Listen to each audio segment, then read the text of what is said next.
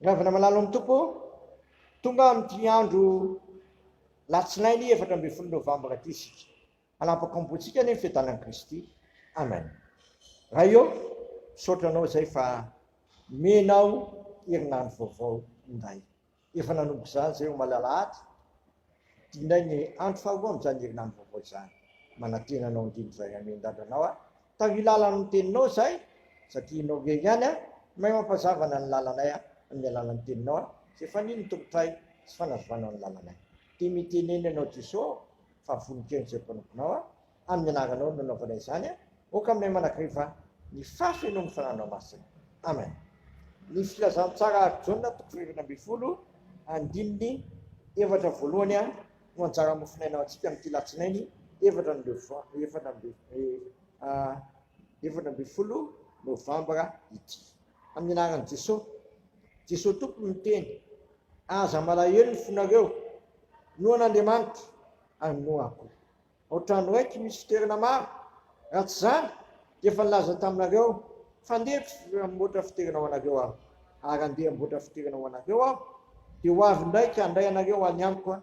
Ka izay terako ny toeranareo koa ary fantatrareo koa ny lalana ho any amin'izay alehako. Ay masonao manamasinana amin'ny fahamarinana ny teninao fahamarinana.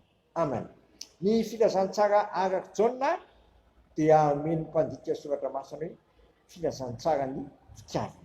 Eto dia fiaino alahelo ny mpianatra satria andeha amakivaky ny azo fijaliana Jesosy ary anotra ny tenany a ho faty ny azo fijaliana. Tena niteraka alahelo tamin'ny mpianatra zany satria ny lalana mangity ny olona sy ny lalana ratsy ny olona ny naliny Jesosy dia ny anotra ny tenany a ho faty eo amin'ny azo fijaliana. Vokany na alahelo ny mpianatra. Eto Jesosy dia miteny aza malahelo ny fonareo a mioana Andriamanitra ary minoako. Zava-dehibe gavana ny finoana. Ny finoana gehigany no ahafahantsika ny famatoam-piainana amin'i Jesosy ka ny fifamatorana-piainana amin'i Jesosy amin'ny fandehanana amin'ny lalana azo fijaliana dia fimonanainana aminy a amin'ny zay fitezana mitondra ny fotaka sy ny fotanao ary ny fotantsika. Izy mantsy ilay zanak'ondrin'Andriamanitra zay manaisotra ny fotany zao tontolo zao. Ny apôstôly Jaona izy loavitra ny fotantsika ary tsy ho antsika ihany taon'izao tontolo zao. Dia aokantsika tena ino azy mifikitra aminy ary tsy hisanaka aminy. Fa ny tombontsoa lehibe azo eto dia izao andeha Jesosy amboatra fitoerana ho azy sy fitoerana ho anao. Zava-dehibe zany fanomanan'i Jesosy andraisana antsika zay ombojeny zany. Manina ny toerana ho antsika. Ny vavonany tsara zany toerana zany hoy izy dia miverina indray izy a ka handray antsika dia raha andeha amboatra fitoerana ho anareo aho dia ho avy indray ka handray anareo any aminy. Ary zay terako no hitoeranao zany gavana.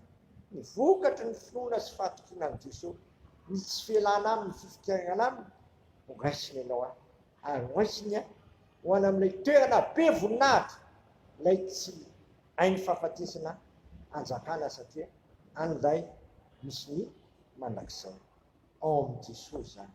Jesosy manoma anahy sy manoma anao ao amin'ilay mandrakizay. Voninany amin'izany fenao aoka ianao feno fahatokinan'i Jesosy. Aoka ianao feno finoana azy ka tsy mivadika aminy. Ka raha mahoavy tompo Jesosy amin'ny fiverenany amin'ny valona dia mahita finoana atao sy aminao ary amintsika rehetra izy ka hitenenana hoe ny mpanompo tsara sady matoky midira ny fifalianao ary midira andova ilay fanjakana mivoatra ho anao talohan'izao rehetra dia fanjakana maritra manakizay. Amen.